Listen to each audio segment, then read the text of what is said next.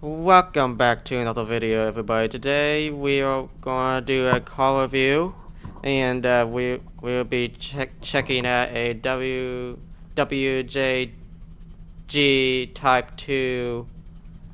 It's like this Volkswagen thing. We're not there yet, but I'll show you in a bit. It's just right up in that town over there.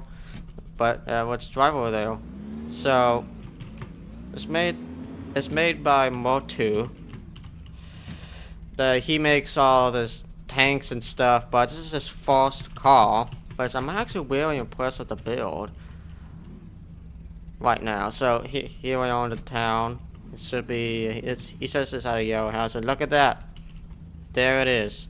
We got find some place to park, and here is the car. It's a WJG Type 2. Made by Moutoh, and I really like the color of this car. It's really good color choice.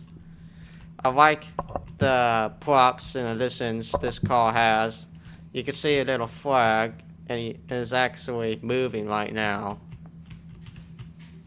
Pretty crazy. The tires are thin, but decent. But anyway, I get ahead of myself. Let's start on the front.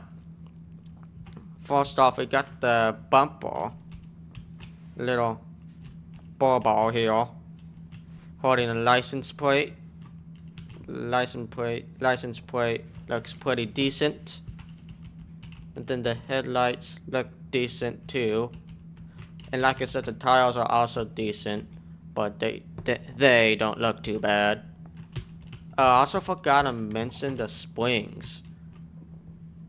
Whenever I make my own cars, I have a very hard time making springs, but that's pretty impressive. And then let's hop into the interior real quick.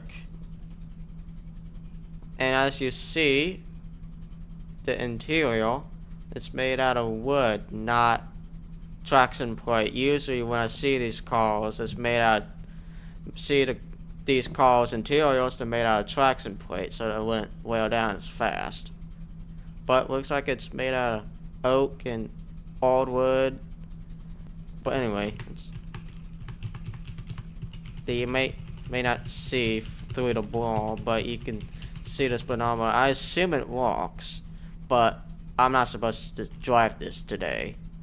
But let's get out the car. Oh, why am I up here? Get back down here. There we go. As we got our seats, you can see the chairs. And there's a big gap in it, but that's probably for the sand and not getting any seat.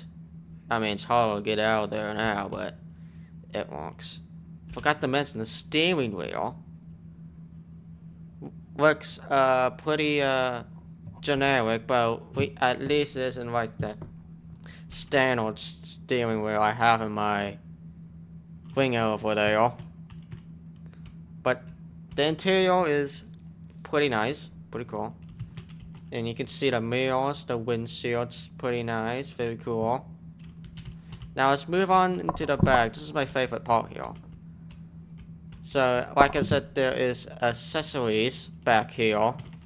You can see a Coca-Cola pack, a cooler, beach bar for some reason. You can see the wall bar, which of course protects you from getting run over, but I don't guarantee it.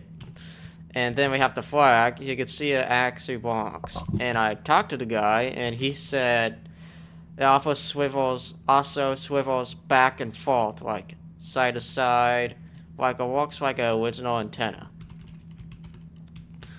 Alright, now we got another license plate, and we got the taillights. The taillights are very minimum, but it looks pretty nice. Alright, now we have the engine, the main star of the show. As you can see, has the air filter, which I don't see very often. And then we got looks like a cooling fan. And then we have cylinder heads. What it basically does, this doesn't act like a normal engine. Instead of being like in a V shape, it's like all in a circle like a plane engine. But except of being a 6-cylinder, it's a 3-cylinder. I suppose I don't really know much about these engines, but I suppose when it flips over, it doesn't like starve oil or something. That's all I know. I don't know much about these, but as you can see, pretty extreme detail. And also, like I said, it's kind of minimum around parts of this car. I mean, I guess this is Moutoh's first car, which I can agree is his first time, and it kind of looks rough around the edges. But you could see the engine support. You can see the output shafts to the wheels. And there's the engine, the actual engine. And the transfer case is back there. Exhaust pipe. Nice little detail. The exhaust pipe goes all the way over here. Down here. And into the cylinder. And I assume this is like the fuel ejection. Or where the exhaust exits, but I don't really know, so yeah. Anyway, moving on to the interior accessories. Oh wait, actually, I went over that. But let's I think that's all I gotta talk about for this thing today. I mean, I guess we could look under the car and see there's a flame. Appears not to be. Okay, you can see the engine. Problem with this car is his ground clearance. He's just worried about like hitting the ground too hard and having his engine knocked out. I mean, which is understandable. I have that happen to me all the time. Now we have stripes. It's kind of disappointing that it doesn't reach all throughout the vehicle like it goes. Oh wait, it actually does. Huh, alright, it does. But it doesn't like cover the whole entire vehicle like you see there's a gap right there. And but he did get that part, that's good. And looks like that's all I can think of about this car. This is for a first car from Moutoh. It's actually not that bad, like pretty good workshop material. This thing gets a lot more popularity than it has right now because I think it has about like 200 to 500 subscribers. I mean, which is not bad for an ordinary car. But what I'm saying is, I think you should give a shout out for this car. Like, this is pretty detailed for a first car for a guy that just makes tanks. But I think that's all I could think of. And I think it's about time to go home. And which I probably do now. And I came all the way out here to Paxar Ridge to come over here.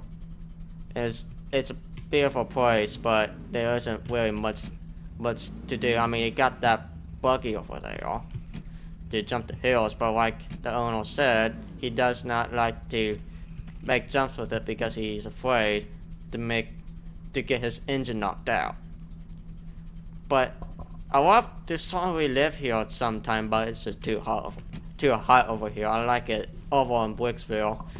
But I think this is where I'm gonna end my video. And I guess I will see you next time. Bye.